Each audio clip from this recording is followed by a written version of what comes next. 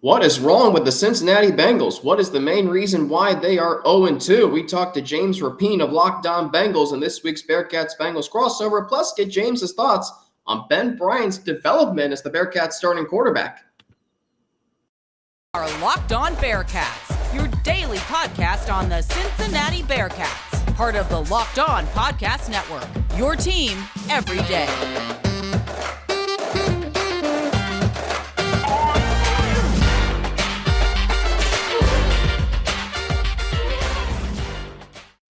It's another edition of the Bearcats-Bengals crossover here on Locked On Bearcats, part of the Locked On Podcast Network, your team every day, free and available everywhere you get your podcast. My name is Alex Frank, joined by James Rapien from Locked On Bengals. Our conversation today is presented by LinkedIn Jobs. I'd like to thank LinkedIn Jobs for being the official college football recruiting sponsor across the Locked On College Network.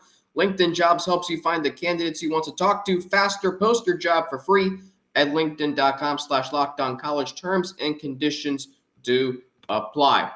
I'm Alex Frank, joined by James Rapien. And James, I got to ask you straight up, what's the reason why the Bengals are 0-2? What's the main reason why the Bengals are stumbling out of the gate as reigning AFC champions, James? It's a long list, Alex. Let's start here. This offense certainly is not what it was supposed to be and is not playing up to snuff and up to the standard that they set, that I set, that everybody set for them. And I think that starts with Joe Burrow. He's not playing at the level that we saw towards the end of last year. He hasn't stuck in the pocket as much as we're used to, and hasn't been as accurate. Now, there are a lot of reasons for that. The offensive line has certainly been a hot button topic. Zach Taylor has had some questionable moments as well. So it's been a rough go of it for this Bengals offense. 37 points in 2 weeks, 13 sacks. You had the 5 turnovers week 1. Week 2, you didn't have a turnover, but struggled to move the ball consistently. And the 6 sacks were just rough. The penalties were rough. And then you flip it and you look at this Bengals defense. They've only forced 1 turnover. They've given up 2 game-winning drives to bad. When you look at, I don't want to say they're bad quarterbacks. They're not average starting level quarterbacks in Mitch Trubisky and Cooper Rush. One's a backup. One is going to spend most of his day, the rest of his NFL days, Mitch Trubisky as an NFL backup. So there's a lot to be desired. By the way, they've only had 2 sacks in 2 games, which is unacceptable. So there's a lot of blame to go around. And naturally, that's what happens when you start 0-2. Unacceptable with the 2 sacks. I'll go further, James. Unacceptable with the fact that this team does not have an interception. Those game-changing plays that Trey Hendrickson and Sam Hubbard would make off the edge last year, and those game-changing plays that Mike Hilton, Chidobe Awuzie, Jesse Bates, Von Bell would make last year, we haven't really seen this yet. Now, let's go back to the offense, and you mentioned Joe Burrow. A lot of things with him. How much of this slow start is on Joe Burrow? Some, not all. I think that they could have won despite the turnovers in week 1, and they weren't all on him. Like the strip sack is not his fault. That was Jonah Williams' fault. The interception where TJ Watt just makes an amazing play, that's not Burrow's fault, but it counts against Burrow. He still put them in position to win despite that. But it was his issues combined with Zach Taylor's game management, combined with the fact that the defense just could not force a turnover and make Trubisky uncomfortable. It was a bunch of different things. This past week against Dallas, I don't think as much was on him. And it's more so finding a way to build that trust between him and that offensive line. And I think he's getting closer to the guy I went back and watched. I think there's a big difference first half to second half, but we'll see. Because they have to right the ship. And Joe Burrow last year hit a lot of flaws. He's not playing at that level right now. He's not playing bad, but he's not playing at the level where he's going to hide the offensive line flaw or hide the fact that the defense has, even though they haven't given up a ton of points, they haven't played great.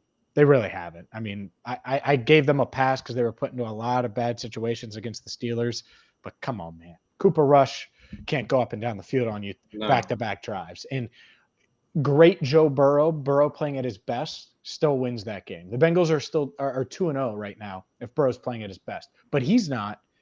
And you combine that with everything else that's gone wrong, and it's why the Bengals are 0-2.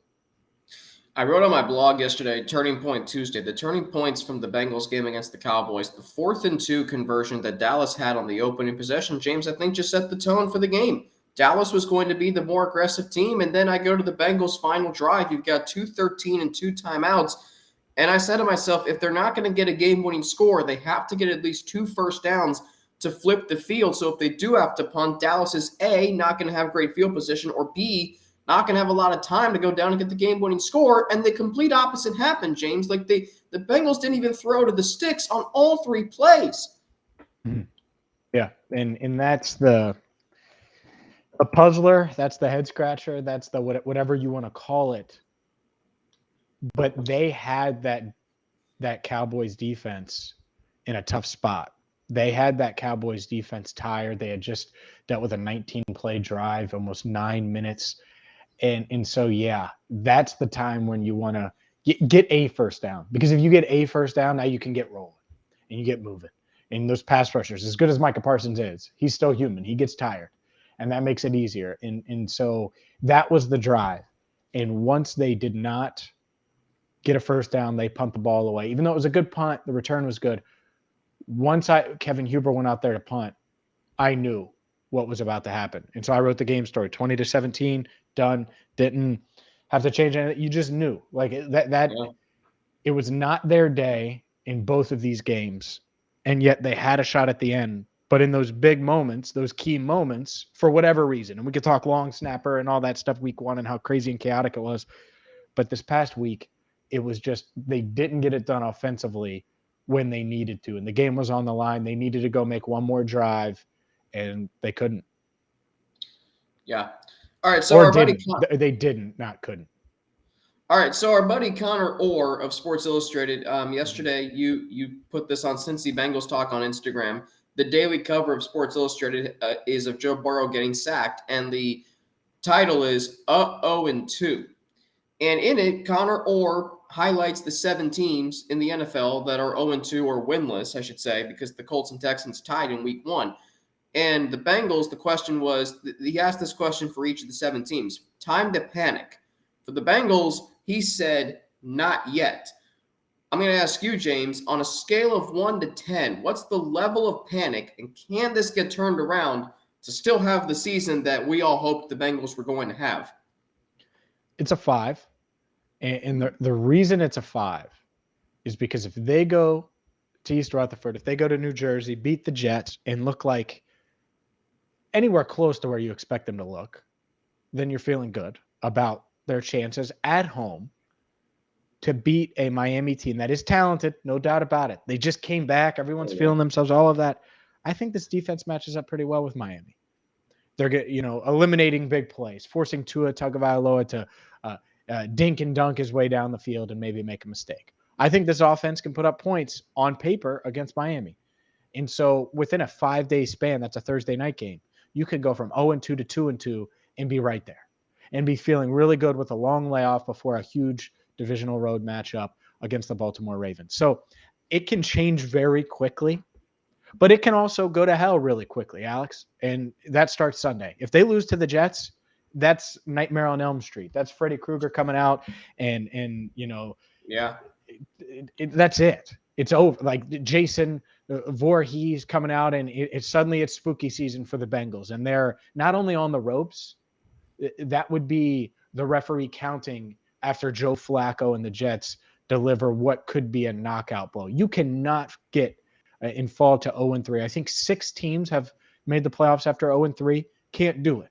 So as early as it is in the season, and it can change quickly, you have to win Sunday. And if you do that, 4 days later, you handle business at home, which the Bengals haven't been as good at home as they need to be over the past year plus, then you feel all right about where the Bengals are at. But it's been a really underwhelming start, and I'm not pressing panic yet. But ask me again around, and I don't think it'll take all game, 3:15 Eastern time. The game will still be going on Sunday. And if it's tied, if the Bengals and Jets are close, if there's hope for the Jets, much like there was last year when the Bengals played the Jets on the road, well, then I might press the panic button, because you can't squeak by the Jets. You need to go up there and handle business, even though they played pretty well down the stretch against the Browns on Sunday. I agree with that sentiment wholeheartedly. I mean, the Bengals they could win 2 games in the span of 4 days, James, and then in barely over a week, we're talking about this team at 2-2, right back in the thick of the AFC North race. They got a week and a half to prepare for a Ravens team they swept last year, so there's still a long way to go. There's still a lot of hope and optimism, but you're right, they can't fall to 0-3. I'm going to ask you about your alma mater, the University of Cincinnati, about how Ben Bryant has developed over the first 3 games of the season. The Bearcats winning their 16th straight, battle for the victory bell after this word from Bet Online. As you see on the screen, betonline.net is your number one source for all of your pro and college football betting needs and sports info this season. You can find all of the latest football league developments, game matchups, news, and podcasts, including this year's opening week's games. BetOnline is also your continued source for all your sporting and wagering information, including live betting, esports, and scores. It's the fastest and easiest way to check in on all your favorite sports and events, including Major League Baseball, MMA, boxing, and golf. Head to the website today or use your mobile device to learn more about the trends in the action. BetOnline, where the game starts. Locked On Bearcats, Locked On Bengals crossover today, our weekly conversation with James Rapien from Locked On Bengals. James is a University of Cincinnati alum like myself, and he and I, along with our colleague Russ Heltman, write for All Bearcats, part of Sports Illustrated, which James is the founder and publisher of. James, the Bearcats 2-1 through 3 games. You said 2 weeks ago that this team can win now. Now that they've dominated Kennesaw State and dominated Miami, and Ben Bryant slinging the ball all over the field, do you still feel that way? I do, yeah. Ben Bryant, how impressive has he been over the past couple of weeks? And it really sucks because I think, and we felt this at the time, if you had flipped Kennesaw State and Arkansas, I thought the Bearcats, would be able to go to Arkansas and win, and they wouldn't have those issues early, right? And Ben Bryant wouldn't have the first half that he had against Arkansas, and so that part stinks in hindsight. But I really liked what I've seen. He's and not just him, these receivers, but Ben Bryant has certainly played better, and you see why he won the starting quarterback job in camp. And that's good to see because I think this Bearcats team, they should be playing at a really high level for most of this season. It was unfortunate the week 1 loss, but Ben Bryant's playing better. I like what I've seen from this defense. And overall, in the other thing, by the way, Alex, the fact that they were down early against Miami, yeah, and that was technically a home game for the Red Hawks. I know it was, at Paycor Stadium, 3 miles from the University of Cincinnati campus, but to respond quickly, to not have the doubt creep into the second half. And no. They responded quickly. They rebounded. By the way, they answered the bell multiple times against Arkansas on the road, even though they ended up losing that game. It's not like they got blown out after an ugly start. I like what I've seen from Luke Fickell's squad, and Ben Bryant, you're right to highlight him because he's playing much better. He is. He's slinging the ball all over the field. I noted in my rewatch of the game that he looked so confident slinging the ball to whether it be Trey Tucker, Leonard Taylor, Josh Wiley, Jaden Thompson. Remember, James, and this was pointed out by the ESPNU crew calling the game, Jaden Thompson fumbled on the first possession. Ben Bryant kept going back to him. And I think that establishes a lot of trust between him, a new quarterback, and an up-and-coming receiver in Jaden Thompson. Now, this Saturday, the Bearcats are playing Indiana, Power 5 opponent. That always gets your eyebrows perked up a little bit. But, James, this was a team the Bearcats beat last year in Bloomington. I was there for it. They were down 14-0. Luke Fickell said yesterday it was the worst 28 minutes of football they played. The last 32, they found out what kind of team they were, and they were a really good team. Well, this year they get Indiana at Nippert Stadium. James, what do you expect on Saturday in the final non-conference game of the season for the Bearcats? It's one of those games, and it is Indiana. We're not talking about a Big Ten power, right? I wouldn't consider them that, but it is a Power 5 school. This is a chance for the Bearcats to show, hey, that Arkansas game was just a blip. And it was week 1, and we had a bad first half, and we recovered, but we couldn't recover fully. And so Ben Bryant, go out there and ball. Bearcats, you Josh Wiley, go out there and show the NFL that you're a day 1, day 2 pick in the draft, right?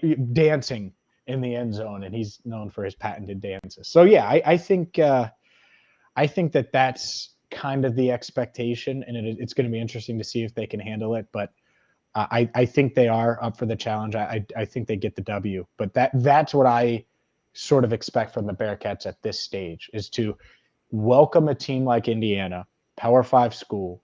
You're at home. And I'm not saying win by 40, but win handedly, where we're not talking about, okay, is the kicker going to be ready to make this game-winning field goal in the fourth quarter? I think it should be, a 7-point plus game. You'll hear in my conversation tomorrow with our colleague Russ Heltman on Locked On Bearcats why I think this game is a bread and butter game for the Cincinnati Bearcats. So how about that tease? How about that tease? Yeah, I was going to say, I've learned from the best in you, James, of listening to Locked On Bengals every day. So it's my first listen every day. So look at you. I learned from the best. Say that again. I said, look at you. Nothing bad. I'm loyal to Cincinnati, and I'm loyal to the people who I work with. And then one of you is them. And I mentioned too, James, in All Bearcats earlier this week, you mentioned the blip that the Arkansas game was. Here's another blip. Losing guys like Jake Renfro and Malik Vann, and the Bearcats aren't missing a beat. Like, you lose one of your stalwarts on defense, and Miami came into the game, and Russ and I talked about this. Miami could run the ball. Mm-hmm. The Bearcats held them to 67 rushing yards. 67. James, on the Bearcats, on the Redhawks' final 8 possessions, they totaled 111 yards. 111. Yeah. Look, I never questioned, Luke Fickell and his ability to get the most out of this defense, but you did wonder. Sauce Gardner leaves. And not just Sauce. Kobe Bryant leaves. And Cook leaves. And, we could go down the list. All these NFL guys on defense are gone. How long will it take to reload? Will they be able to do it overnight? And you are hearing things out of Camp Higher Ground, and it's like, oh, well, they have this guy, and this guy's flashing, and this, but you wanted to see it. And yeah, so when you see those injuries, it's like, so yeah, we'll see. We'll see if they can continue that. But I've been really pleased with how this defense has played. I thought they handled themselves well against Arkansas. You're right. They've dealt with a few injuries. Haven't had the best opponents over the past couple of weeks, but they've handled business. So hopefully that continues against Indiana on Saturday. And that's all you can do is handle your business. All right. We'll talk about get a first look at the Bengals Week 3 matchup at the New York Jets, and hopefully we don't relive the nightmare on Elm Street that was last year on Halloween with some guy named Mike White. I don't think we're going to have to go through that again this year. We'll get into it after a word from LinkedIn, as you see on the overlay, as you gear up for fall, which, today is technically the first day of fall. I was taught in school, or at least in preschool kindergarten, that fall started September 21st. I'm going to roll with that. You need the right people on your team to help your small business fire on all cylinders. Well, LinkedIn Jobs is here to make it easier for you to find the people you want to talk to faster and for free. Create a free job post on LinkedIn Jobs to reach your network and beyond the world's largest professional network of over 810 million people. Then add your job in the purple #hiring frame to your LinkedIn profile to spread the word that you're hiring so your network can help you find the right people to hire. Simple tools like screening questions make it easy to focus on candidates with just the right skills and experience so you can quickly prioritize who you'd like to interview and hire. It's why small businesses rate LinkedIn Jobs #1 in delivering quality hires versus leading competitors. LinkedIn Jobs helps you find the candidates you want to talk to faster. Did you know every week nearly 40 million job seekers visit LinkedIn? Post your job for free at linkedin.com/lockedoncollege. That's linkedin.com/lockedoncollege to post your job for free. Terms and conditions do apply. Locked On Bearcats, Locked On Bengals crossover with James Rapien of Locked On Bengals. I'm Alex Frank, your host each and every day. James Rapien covers the Bengals for Locked On Bengals, Cincinnati Bengals Talk, all Bengals. He also is a host on Locked On NFL. That's also another really good podcast. I enjoy it. They are doing unbelievable content during the NFL season. During the offseason, James, what is it? Every day there are different hosts. A lot of AFC North hosts on there. Chris Carter of Steelers, Kevin Ostrecker from Locked On Ravens. But during the season, they are pumping out content. Sometimes 4 episodes a day. Is that right, James? Yeah, it's a lot, and We're just trying to bring the best NFL coverage. So yeah, every Wednesday I'm on it, but yeah, it's daily and sometimes multiple shows. You got the Peacock and Williamson show as well. That's in that feed. So yeah, exciting times. Happy to be a part of it. Well, we're happy to have you. You covered the Bengals. I mean, you're a Cincinnatian to the core, as I try to think I am at least. But then I look at all you're doing. I'm like, man. All right. So speaking of Sauce Gardner, the Bengals are heading to New York this week to take on the Jets. What stands out to you as we head into week 3, James? First look at the New York Jets, a team that pulled off a 1 in what? How would you say that? 1 in a million win last week? Yeah. They played really well down the stretch. They got some luck, and they took advantage of it. And so that's where I would start. This Jets team, if you don't come ready to play, they're going to beat you. That's just it. They got guys that think that they're, better than Jamar Chase and better than insert whoever. Sauce Gardner's not going to be intimidated by going up against Chase. Garrett Wilson's not going to be scared of Chidobe Awuzie or Eli Apple or insert whoever, or, matched up with Jesse Bates one-on-one. And Joe Flacco knows the Bengals as well as anyone, even if it's been a little bit since he's played them. So, no, I think that this Jets, this team, this defensive front for the Jets is going to be interesting, how it matches up with the Bengals offensive line. Quinnen Williams, Carl Lawson, familiar face.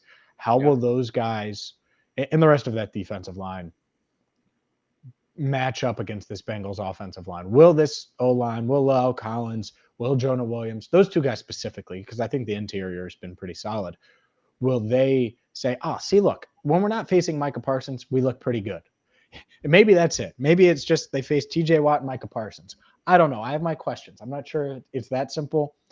But yeah, there's a lot of fun matchups in this one, and it's a must-win for the Bengals. Can't fall to 0-3. So we'll see if they have more urgency and start faster this week than they have in the first 2 games. The Bengals have been 0-2 3 times now under Zach Taylor. 2019, they ended up extending that streak all the way out to 0-11, as dismal as that was. 2020, they tied Philadelphia the next game. Then they won against Jacksonville. So they were 1-2-1 with a little optimism. We'll see what happens this year with a much more talented roster than those teams in 2019 and 2020. This has been the Locked On Bearcats, Locked On Bengals crossover with James Rapien of Locked On Bengals leading up to the Bengals game against the Jets. You can follow James Rapien on Twitter. It is one of many Twitter accounts, I feel like. But anyway, you can follow James on Twitter at James Rapien. He's the publisher of All Bengals. He's the host of Locked On Bengals. He's also the founder and publisher of All Bearcats, which I write for, along with James and Russ Heltman, who will be on Locked On Bearcats tomorrow. He's also the host of Cincinnati Bengals Talk, and he's also a co-host of Locked On NFL, and we'll have your keys to the game and score prediction later this week. James, as always, thank you for your time, and safe travels to New York, and we'll talk to you here soon. Sounds good. Appreciate you having me. James Rapien, Locked On Bengals, part of the Locked On Bearcats Bengals crossover this week. I'll be back tomorrow. Russ Heltman of Locked On Bearcats. Don't forget to, if you missed an episode this week of Locked On Bearcats, you can follow it on Twitter, you can watch it on YouTube, or you can listen to it free and available everywhere you get your podcasts. I'm Alex Frank for Locked On Bearcats. This has been the Locked On Bearcats Bengals crossover.